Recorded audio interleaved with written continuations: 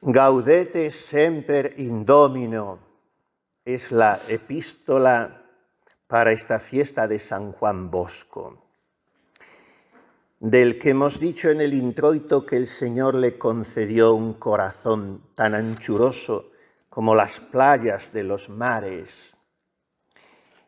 Y después también nos hemos referido a su figura con las palabras de Jesús en el Evangelio. Si no os hacéis como niños, no entraréis en el reino de los cielos. Qué hombre tan sugerente.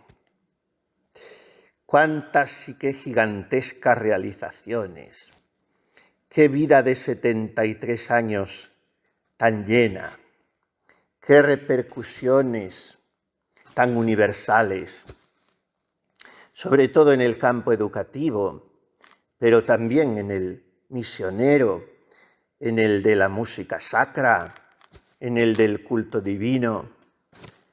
Qué obra la de los salesianos de Don Bosco y las hijas de María Auxiliadora, fundadas también por él con su colaboradora Santa María Macharello, y cuántos santos. Niños como Domingo Sabio y grandes como Don Rúa, Don Calero, todo brotó de aquel corazón sacerdotal de Don Bosco que se aprovisionaba de fuego cada mañana en el altar, celebrando a veces en un altar portátil, en un humilde armario que hemos tenido la dicha de acariciar allí en Turín, cuando hemos ido a venerar su cuerpo y el de Domingo Sabio. De ahí lo sacaba todo Don Bosco, de la misa. Celebraba la misa así, como estamos celebrándola hoy.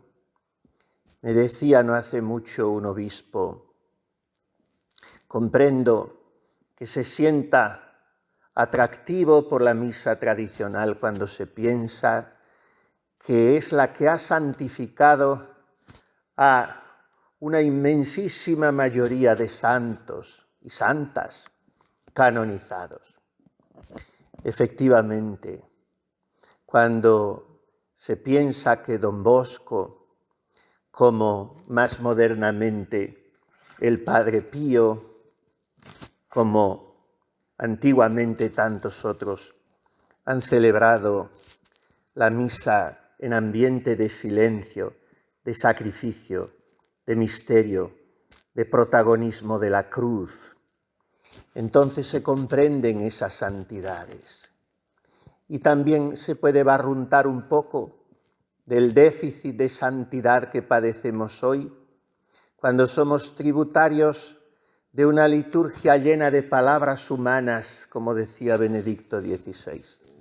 También me decía no hace muchos días un arzobispo español, hemos estado en la visita ad limina, y yo he dicho en el dicasterio correspondiente que a ver si el Papa saca otro motu proprio para impedir tantos abusos litúrgicos como se están produciendo. Esos sí que hacen daño, no la misa tradicional, que es la de los santos. Por la Eucaristía, Don Bosco no solo transformó su propia vida, sino la de todos sus muchachos, a los que les decía que el secreto estaba en tener una dulce devoción a María Auxiliadora y en comulgar todos los días, además de estar siempre alegre. Y así consiguió la transformación de tantos corazones, a los que sucedía un poco, aunque a distancia, lo que le ocurrió a él y lo que Pío XI dijo en la homilía de su canonización. En este hombre, lo sobrenatural es lo natural y lo extraordinario es en él lo ordinario y lo cotidiano. Ojalá pudiera decirse también de nosotros, porque habríamos vuelto a ser como niños y entonces Jesús se habría sentido con las manos libres para transformar nuestros corazones, que serían sencillos, receptivos y dóciles.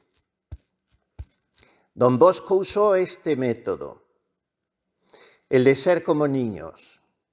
Por eso la suya era una educación preventiva, enseñar, orientar, advertir, antes que tener que corregir después ásperamente.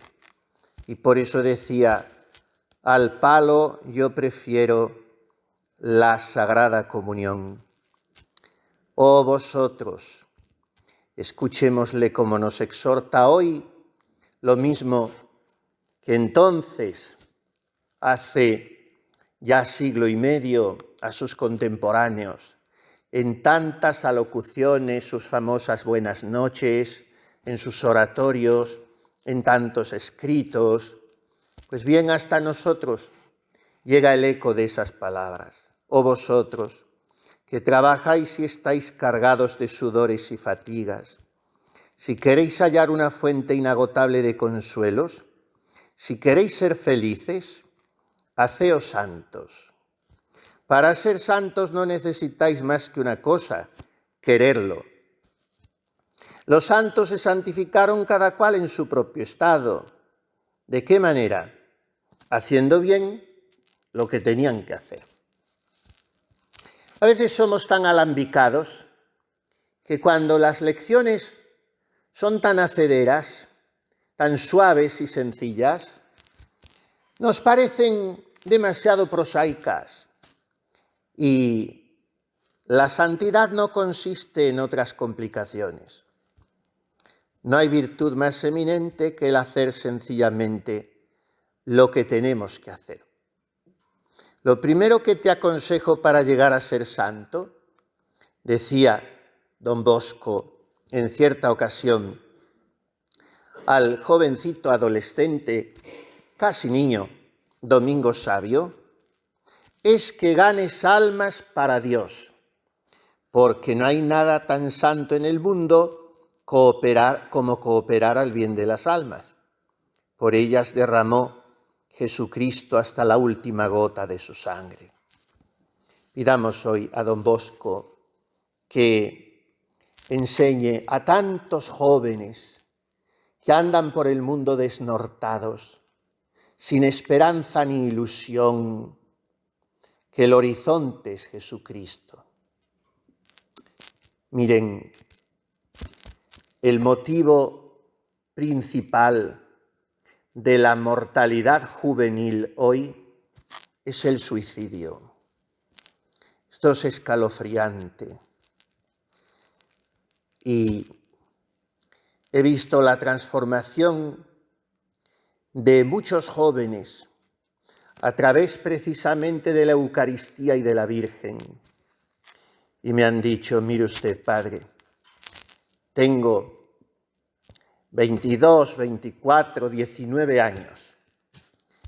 Pues hasta hace unos meses yo no encontraba sentido ninguno a la vida. Todo en mí era tristeza y una especie de náusea existencial.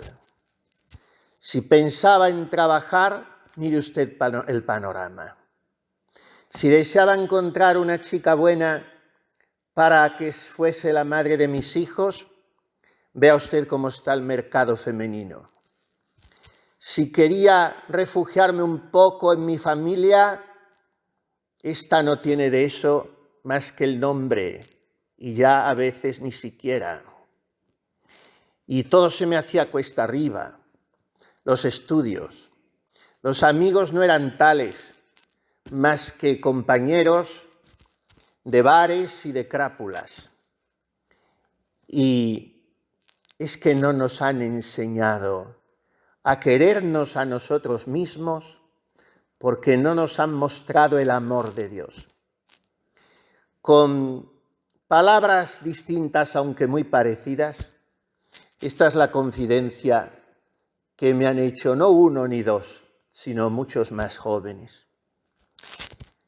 Y a esos jóvenes, no tan desesperados como hoy, pero carne de cañón también, biriquini, traviesos y picaruelos de las calles de Turín, los cogía don Bosco y antes que nada los quería, que es lo que transforma. Después les hablaba uno por uno, con esa metodología pastoral suya del recadito al oído. Y estaban jugando en el patio y llamaba a aquel y le decía, mira, vamos a partirle los cuernos al demonio, sigue con la pelota. Llamaba a aquel otro, no te olvides nunca de María Auxiliadora. Llamaba al otro, vive siempre la pureza y no mientas jamás.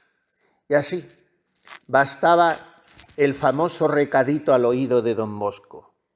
Después, cuando por las noches aquellos pilluelos que en su casa no tenían un nido confortable y en el oratorio de don Bosco, gracias a mamá Margarita, lo habían encontrado, cuando se iban a acostar, primero eran reunidos por aquel padre tan entrañable que les daba las buenas noches. Y las buenas noches de don Bosco era aquella especie de capítulo comunitario donde en lugar del abad y los monjes estaba el joven sacerdote y sus muchachuelos. Cuánto bien pueden hacernos las cosas cuando, aunque nos duelan, sabemos que las necesitamos y nos las dice quien nos quiere bien. Ella lo ha hecho todo.